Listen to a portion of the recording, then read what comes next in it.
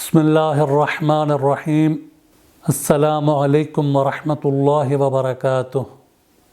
اللہ کے رسول کے ایک صحابی رسول اللہ سے سوال کرتے ہیں، یا رسول اللہ این مکانی من اللہ، کہ اے اللہ کے رسول مجھے بتائیے کہ اللہ تبارک و تعالیٰ کے نزدیک میرا مقام و مرتبہ کیا ہے، میری منزلت اللہ کے نزدیک کیا ہے۔ اور یہ سوال ہم تمام انسانوں کے ذہن میں بھی پیدا ہوتا ہے کہ ہمیں بھی پتہ چلے کہ پروردگار عالم کے نزدیک ہمارا کیا مرتبہ ہے۔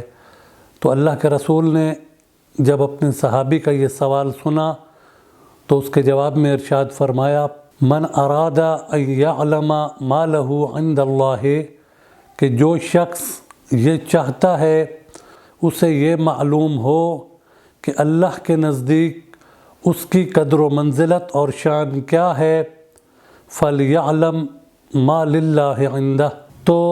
وہ شخص یہ دیکھے کہ اس کے نزدیک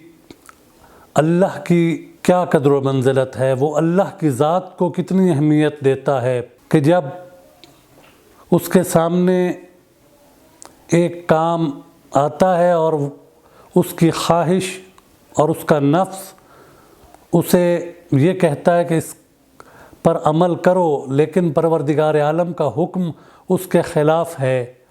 تو آیا وہ اپنے نفس کی خواہش پر عمل پیرا ہوتا ہے یا اللہ کے حکم کو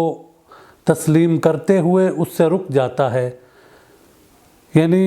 یہ اختیار بھی انسان کے ہاتھ میں ہے کہ وہ اگر اللہ کے نزدیک اپنی قدر و منزلت بڑھانا چاہتا ہے تو گویا اللہ کے احکامات اور اللہ کی واجب کردہ چیزوں پر عمل کرتا چلا جائے اور اس کے محرمات جو پروردگار عالم نے حرام قرار دی ہیں ان سے بچتا چلا جائے، تو اس کی قدر و منزلت بھی اللہ تبارک و تعالیٰ کے نزدیک بڑھتی چلی جائے گی۔ تو ہمیں اب یہ سوچنا ہے کہ ہم اللہ کے احکامات کو کتنی اہمیت دیتے ہیں، اور یہ ہمارے اپنے ہاتھ میں ہے کہ ہم اپنی قدر و منزلت پروردگار عالم کے سامنے بڑھاتے ہیں یا اسے کم کرتے ہیں۔ اپنی خواہشات اور اپنی نفسانی خواہشوں سے مرعوب ہو کر اور ان پر عمل کریں گے تو پروردگار عالم کے نزدیک ہماری قدر و منزلت گھٹتی چلی جائے گی، لیکن اس کے برعکس اگر ہم اللہ کے احکامات کو اہمیت دیں گے اور ہماری نگاہوں میں دنیا کا ہر عمل حقیر ہوگا اور پروردگار عالم کے احکامات ہماری نظر میں اگر سب سے زیادہ